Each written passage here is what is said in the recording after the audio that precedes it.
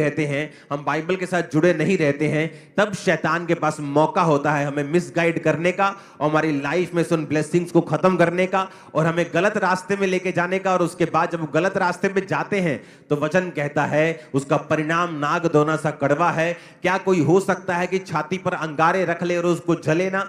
फिर वो परिणाम होगा ही होगा, इसमें कोई शक नहीं। ऊंची आवाज में कहो हालेलुया।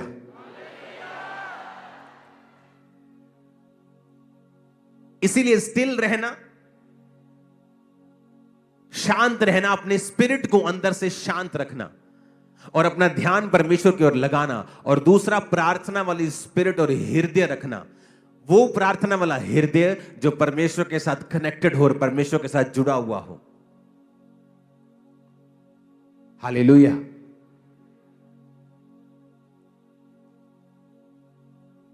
जब आप परमेश्वर के साथ कनेक्टेड होते हैं, फिर आपको फेसबुक से डाटा लेकर प्रोफेसी करने की जरूरत नहीं पड़ेगी। आपको लोगों को मूर्ख बनाने की जरूरत नहीं पड़ेगी। उसके बाद आप फिर परमेश्वर का दंड लें, ऐसी नौबत नहीं आएगी।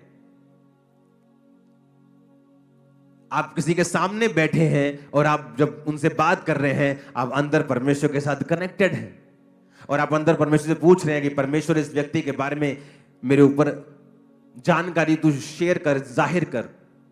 आप अंदर से प्रार्थना कर रहे हैं और आप उनकी बात भी सुन रहे हैं और सडनली परमेश्वर का आत्मा आपसे बात करता है। मैं उस इंटीमेसी की बात कर रहा हूं जो आप सड़क पे चल रहे हैं और अंदर से आप परमेश्वर के साथ कनेक्टेड हैं। आप प्लेन में हैं और प्रभु के साथ कनेक्टेड हैं। आप सिर्फ उस समय कनेक्टेड नहीं है जिस समय आप प्रार्थना कर रहे हैं, और प्रार्थना करने के बाद फिर आप पूरी तरह से वही कर रहे हैं जो संसार कर रहा है। मैं उस तरह की बात नहीं कर रहा हूं। मैं आपको जो वचन दे रहा हूं, ये आपके बर्तनों को, आपकी कैपेसिटी को इतना बड़ा कर देगा कि आप उस लेवल पर रह ही नहीं सकते। आपको नेक्स्ट लेवल पे जाना ही जाना है, इसी साल जाना है। आमीन। कनेक्शन परमेश्वर के साथ, इंटीमेसी को रखना अपने अंदर से।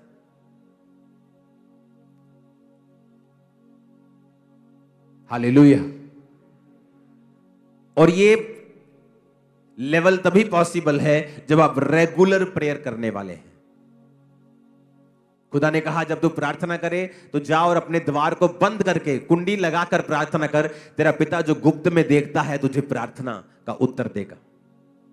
जब तू उपवास करे तो जा और अपने सिर को तेल मल के अपने मुंह को धो कि तेरा मुंह उतरा हुआ ना हो, ताकि तेरा पिता तुझे गुप्त में उपवासी जाने। जो तू गुप्त में करेगा तेरा पिता उसे उसका फल देगा। जब तू दान करे, उन्हें कहीं नहीं कहा अगर तू दान करे, अगर तू उपवास करे, अगर तू प्रार्थना करे। उसने कहा जब, यानी प्रार्थना करना, प्रार्थना का हृदय रखना। और सातवां है जो कुछ भी करना उसे गुप्त में करना। बाइबल कहती जब प्रेरितों के काम की कलीसिया शुरू हुई, 120 लोगों के ऊपर जब पवित्र आत्मा उतरा और परमेश्वर का वचन पूरा हुआ कि जब तक प्रतिज्ञा पूरी ना हो, पवित्र आत्मा ना उतरे, तब तक यरूशलेम में मेरी बाट जोहना। जब पवित्र आत्मा उतर गया, गैर भाषा उतरी, तो तब कलीसिया की शुरुआत हो गई। जब कलीसिया की शुरुआत हो गई तो कलीसिया जब स्टार्ट हुई, जब कलीसिया के खर्चे शुरू हुए, तो वचन कहता है कलीसिया के लोगों ने अपनी अपनी प्रॉपर्टी बेचकर प्रेरितों के पांव के ऊपर उस पैसे को रखते थे और वो उस पैसों से पूरी कलीसिया के काम को चलाते थे और सारी सेवकाई को वो करते थे। आज जब भी शैतान आपकी आशीष को खाना चाहेगा, वो आपको एक ऐसा दान वाला बना देगा, दान करता बना देगा, जिसे पूरी दुनिया इंटरनेट के ऊपर जानती है। और ये इसलिए है क्योंकि शैतान आपकी आशीष को खाना चाहता है। मेरी टीम को मुझे कहते 15 साल हो चुके हैं कि आप जो कुछ करते हो हमने ऐसा कहीं नहीं देखा है, आप इसे दिखाया करो। और मैं कभी नहीं दिखाता हूं। आपने जो चैरिटी के काम मेरे देखे हैं इंटरनेट के ऊपर, जो में हम दिखाते हैं, वो हमारा 1% भी नहीं है, 1%। और सिर्फ इस मकसद के लिए है कि जो 2300 से 2500 मेंटरशिप के अंडर पास्टर्स हैं, जो लाखों कलीसिया हैं, दूसरे कितने देश है जो यहां नहीं आ सकते, वो हमें देखें और अपनी कलीसिया में उसी तरह से फॉलो करें।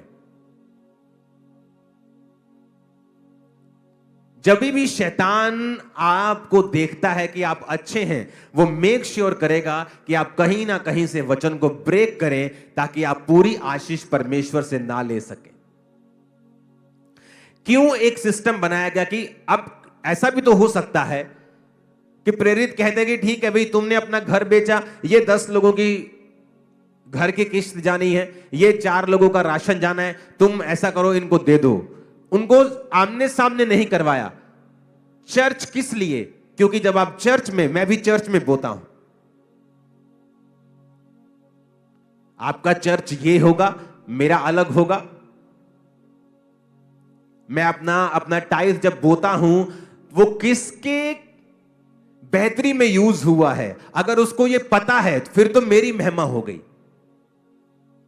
पर जब आप चर्च में बोते हैं, आपको नहीं पता आज आपका टाइथ किसी वीडियो के लिए जा रहा है, क्योंकि आप जानते हो इस चर्च में आप जब बोते हो तो मैं तनख्वाह में नहीं हूं, आपका पैसा मेरे पास नहीं आता है।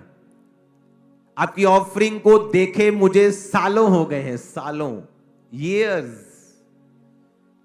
वो एक बड़ी टीम गिनती है, बैंक में जमा करवाती है, बैंक से खर्चे होते हैं, मैं साइन करता हूं चेक्स के ऊपर, और एक टीम उस सभी को देखती है। In house CA, outside CA, in house team, disciples की टीम उसे चेक करती है कि सब कुछ, पैसे की गड़बड़ी कहीं भी ना हो।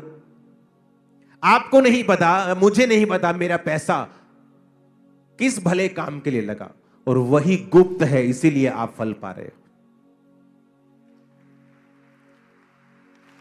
लेकिन जब आप इंटरनेट पे चले जाते हो और आप अपनी सारी जो भी आप करते हो उसे इंटरनेट पे डालते हो, क्या करता है शैतान? अगर वो देखता है कि एक विश्वासी अमीर है, वो ये कोशिश करेगा कि उसको बोले कि तू अपनी चैरिटी कर, तू खुद इंटरनेट के ऊपर आ, ताकि लोग, क्योंकि जब लोग ऐसा काम करते हैं तो आपको गुड फील होता है।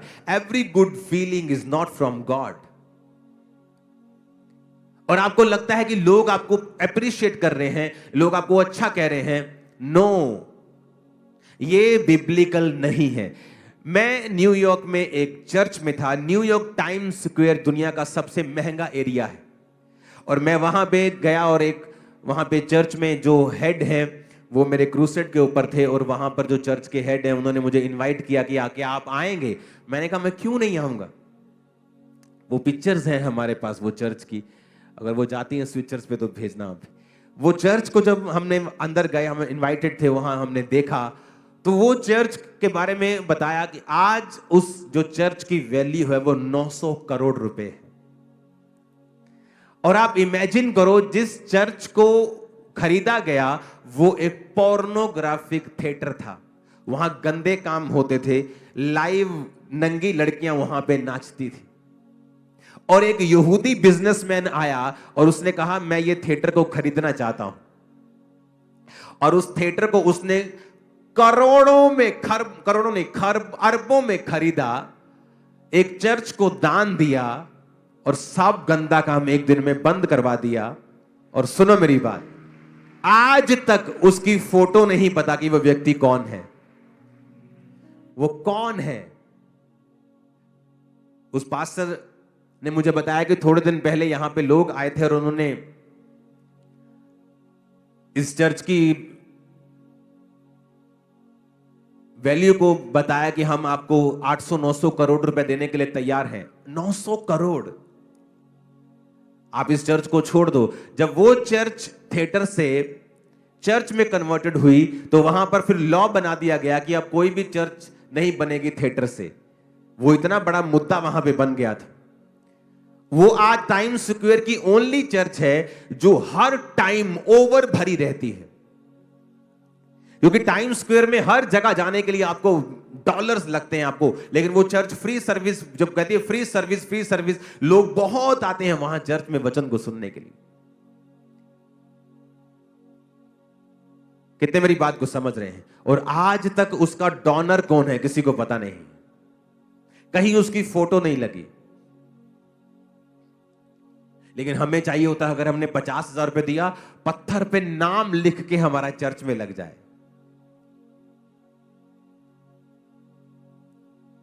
कितने मेरी बात को समझ रहे हैं? क्राइस्ट ने हमें अलग तरह से बुलाया है। ये देखो चर्च आ गई सामने।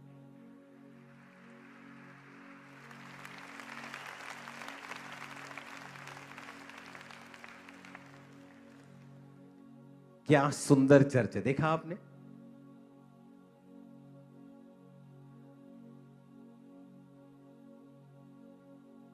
ये वो हॉल है जहां हम गए थे। इसके आसपास ऊपर नीचे बहुत से हॉल्स, बहुत से ऑफिसेस, बहुत सी इसमें और भी चीजें हैं इस हॉल में। वेरी ब्यूटीफुल, बहुत शानदार, जबरदस्त। और यहां पर एक भी जगह आपको मालूम नहीं होगा कि किसने। और इमेजिन करो एक बिजनेसमैन आया और उसने परमेश्वर के नाम के लिए इतना बड़ा काम कर दिया। जो बड़े बिजनेसमैन हैं उनका मकसद अपनी एनजीओ खोल के चैरिटी करना नहीं होना चाहिए, क्योंकि उसमें लोग आपको जानते हैं, आपकी फोटो जानते हैं, आप जानते हैं। इसलिए परमेश्वर ने चर्च सिस्टम को बनाया कि जब आप चर्च में बोते हैं, लोग नहीं जानते हैं कि वो पैसा जिनकी मदद हो रही है, जो मेडिकल जिनके ट्रीटमेंट चल रहे हैं, यूनिवर्सिटीज की फीसेस जा रही हैं, बच्चों की स्कूल फीसेस जा रही हैं, जो अनाथ बच्चे भी मैंने गोद लिए हुए हैं, आपको शायद नहीं मालूम होगा, वो भी आप जब बोते हैं उन्हीं पैसों से उनकी सेवा हो रही है। तो जब आप बोते हैं तो वो एक सीक्रेट मिशन बन जाता है। इसलिए परमेश्वर ने चर्च व्यवस्था शुरू की कि हर एक व्यक्ति चर्च में पैसों को लाता था और चर्च में एक कमेटी बना के उन सभी पैसों को लोगों की बेहतरी के लिए काम कर दिया जाता था।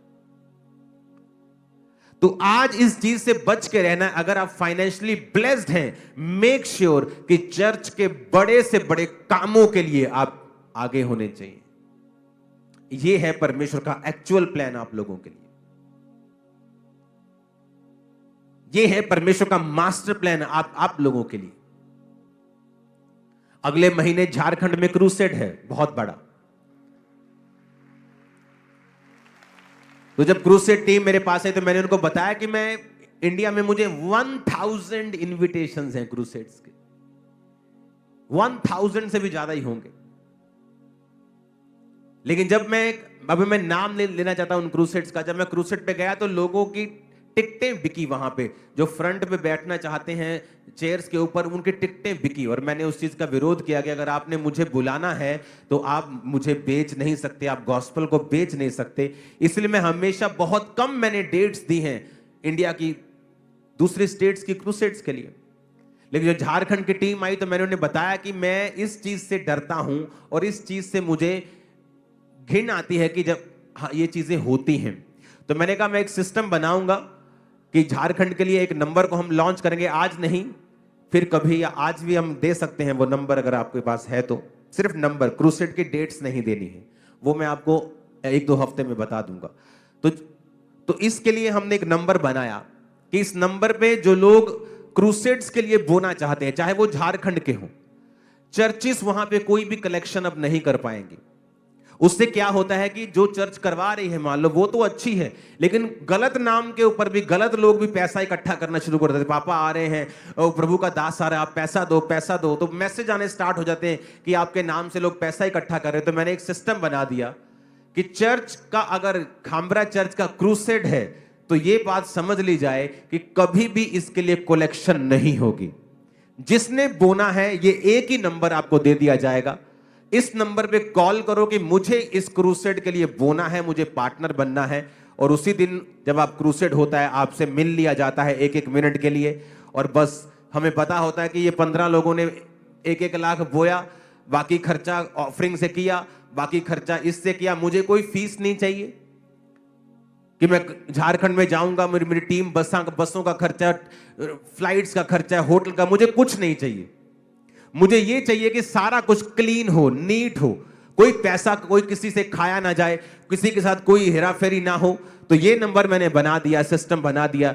अब जहां भी इंडिया में क्रूसेड होगा, आप इस बात को समझ लेना कि उसके लिए कहीं भी कलेक्शन, चर्च से कलेक्शन नहीं होगी। जिसने कुछ भी देना है, पार्टनर बनना है, वो इस नंबर पे कॉल करे। सारी दुनिया को पता होगा कि हाँ भाई इन लोगों ने बोया है, इसमें कोई भी हेरा फेरी का चांस खत्म हो गया, जीरो हो गया। खुदा ने रास्ते खोल दिए हैं। मुझे हमेशा से आदत है प्रोटोकॉल बना के चलने की। फिर वो जो प्रोटोकॉल परमेश्वर मुझे देता है वो लाइफ टाइम चलता है और उसमें कभी गड़बड़ नहीं होती। तो ये प्रोटोकॉल अब बन चुका है कि इस नंबर पे आप कॉल करो, बताओ कि मैं झारखंड क्रूसेड में पार्टनर बनना चाहता हूं, मैं उसमें बोना चाहता हूं, क्योंकि वहां खर्चा लाखों में होगा। क्रूसेड की डेट फाइनल हो चुकी है, मार्च में फाइनल हो चुकी है। आपको मैं बता दूंगा जब समय आएगा, राइट टाइम आएगा, मैं आपको उसको बता दूंगा। तो ये नंबर नोट करके जब भी क्रूसेड होगा आपको ये नंबर पे कॉल करनी है कि मैं इस क्रूसेड के लिए जो मेरे एरिया में हो रहा है, अब पठानकोट में होगा या फिरोजपुर में होगा, यहां होगा, ईस्ट में होगा, जहां जहां भी क्रूसेड्स होंगे, तो ये नंबर होगा। इसी नंबर पे आप पार्टनर बनेंगे। सबको पता होगा कि हाँ भी इसने इसी नंबर पे बोया है, कोई और कलेक्शन जो है नहीं है। इस नंबर के अलावा आपने कहीं और कलेक्शन में हिस्सा दिया है तो वो चर्च का हिस्सा नहीं है, ताकि कोई भी व्यक्ति चर्च के नाम पर किसी से धोखाधड़ी ना कर सके। जितनी ताकत है तारीफ कर दो खुदावंद, हालेलुया। तो अब हमें यह बात रखना है कि क्यों परमेश्वर कहता है प्रार्थना करो तो कुंडी लगाओ और गुप्त में करो। अगर तुमने रोजा रखना है तो ये नहीं तुम्हारी शक्ल बनी हुई हो, तुमने गंदे कपड़े डाले हुए, टाट डाल के तुम ऐसे झुक के चलो और लोगों को बताओ आज मेरे भाई ने रोजा रखा है। परमेश्वर कहता है रोजा रखो तो बाल अपने स्ट्रेट करो, जरा तेल लगाओ और थोड़ा मुंह पे तेल करके थोड़ा धो के पूरा साफ सफाई करके रखो कि तुम उज्जवल लगो लोगों में, ऐसा न लगे कि तुमने रोजा रखा है। तेरा पिता जो गुप्त में देखेगा तुझे उपवासी मानेगा और तुझे फल देगा। जब तू दान करे, तेरे दाहिने हाथ को पता हो, बाहिने को ना पता हो, तेरा दाहिना करे बाहिने को ना पता लगे, बाहिना करे दाहिने को ना पता लगे। जब तू दान करे तेरा दान भी गुप्त में हो। हालेलुया। अगर आप उन लोगों की हिस्ट्री देखेंगे जिन लोगों ने ओपनली आकर और बताया है कि मैं दानी हूं, मैं दानी हूं, आप देखेंगे उनकी रेपुटेशन एक समय में आकर बहुत खराब हो जाती है। उसका उनको कोई फायदा नहीं होता है। आपका दान गुप्त होना चाहिए।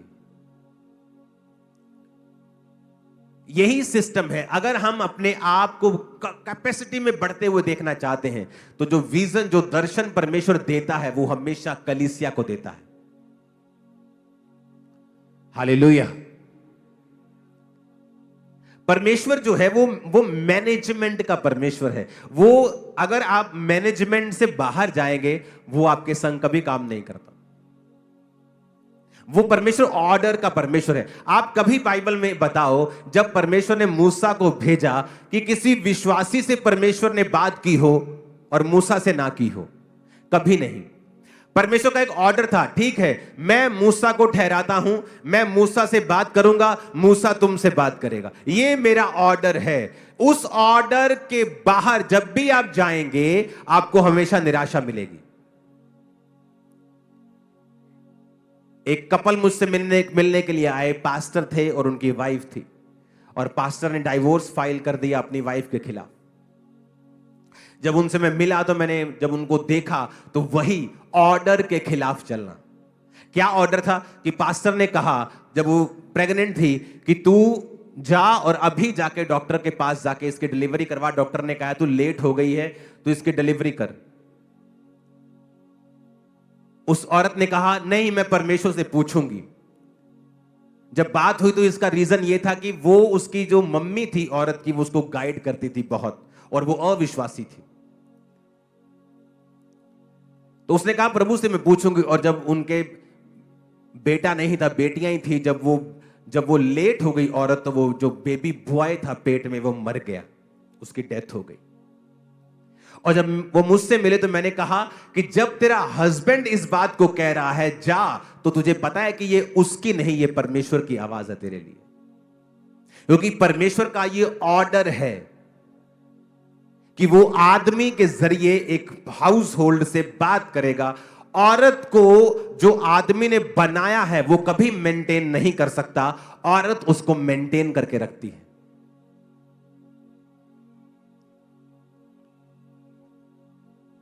मैंने कहा तब तुझे बोल दिया था, क्योंकि परमेश्वर मैनेजमेंट का परमेश्वर है, और दूसरा वो तेरा हस्बैंड है, तीसरा वो खुदा का दास भी है। और जब वहां पे चीज ब्रेक हुई तो शैतान ने काम किया। तब मैंने उन्हें काउंसल करके भेजा, और मैं आशा करता हूं वो एक हो गए होंगे, जल्दी गवाही के लिए आएंगे। आमीन। शैतान चाहता है कि आप कहीं ना कहीं आप मैनेजमेंट के खिलाफ हो जाएं। मूसा ने एक औरत से शादी की और लोग उसके खिलाफ हो गए, क्योंकि वो वचन के खिलाफ था, या दूसरी जाति की वो थी, या कुछ रीजन इसका हो सकता है। परमेश्वर ने कहा अगर मूसा ने गलती की, तुम्हें किसने ठहराया कि तुम मूसा की इंसल्ट करो, और मरियम कोड़ी हो गई। तब उनको समझ आया कि जो परमेश्वर ने ठहराया है आप उसका विरोध नहीं कर सकते, क्योंकि ये उसके मैनेजमेंट का, उसके सिस्टम का विरोध होगा। जब भी परमेश्वर आपको ब्लेस करता है वो आपको मैनेजमेंट के नीचे रखता है। बहुत से लोग हैं पुराने समय में जो मैनेजमेंट के खिलाफ चले और आज अपनी जिंदगी में फेलियर बन के बैठे हैं, कहीं नहीं पहुंचे। उनके बाद के आए बच्चे उनसे कहीं अधिक ब्लेस्ड हैं, कहीं अधिक अनॉइंटेड हैं। वो काबिल भी थे, समझते भी थे, लेकिन इसका मतलब यह नहीं है कि आप काबिल हैं तो आप बुद्धि वाले हैं तो आप परमेश्वर की ठहराई चीजों के खिलाफ चल पाएंगे। हालेलुया।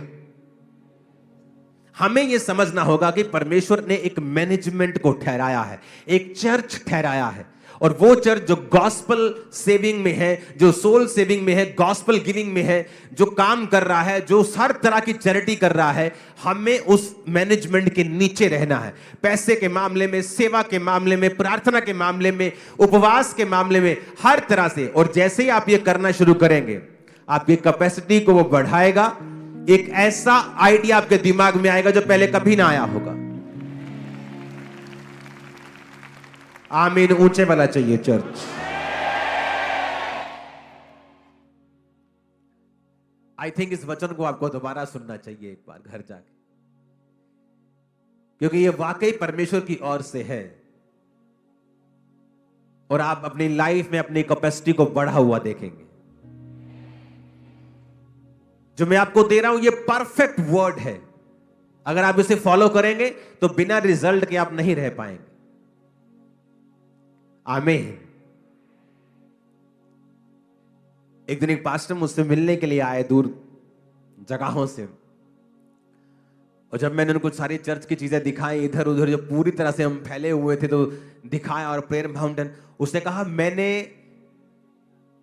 आपकी लाइफ में रिलैक्सेशन देखी है, इतना काम करने के बावजूद भी ये बहुत इंपॉसिबल चीज मैं देख रहा हूं कि कहीं क्रूसेड्स हो रहे हैं, कभी मीटिंग्स होने की, फॉरेन क्रूसेड्स हो रहे हैं, सब जगहों पे बात चल रही है, कंस्ट्रक्शंस हो रही हैं, काम हो रहे हैं, गॉस्पल हो रही है, सुसमाचार रोज 500-700 लोग रोज जा रहे हैं, लाखों लोगों को सुसमाचार दे रहे हैं, मीडिया के जरिए काम। लेकिन आप रिलैक्स कितने हैं? और मैं एक्टिंग नहीं कर रहा हूं, मैंने कहा मैं ऐसा ही हूं, अब मैं ऐसा हो गया हूं। आपकी कैपेसिटी को परमेश्वर बढ़ाते हैं जब आप ये वर्ड फॉलो करते हैं। आमीन। अपने हाथों को उठाओ। आई थिंक आज के लिए इतनी खुराक काफी है। अगली खुराक आपको मैं थर्सडे दूंगा।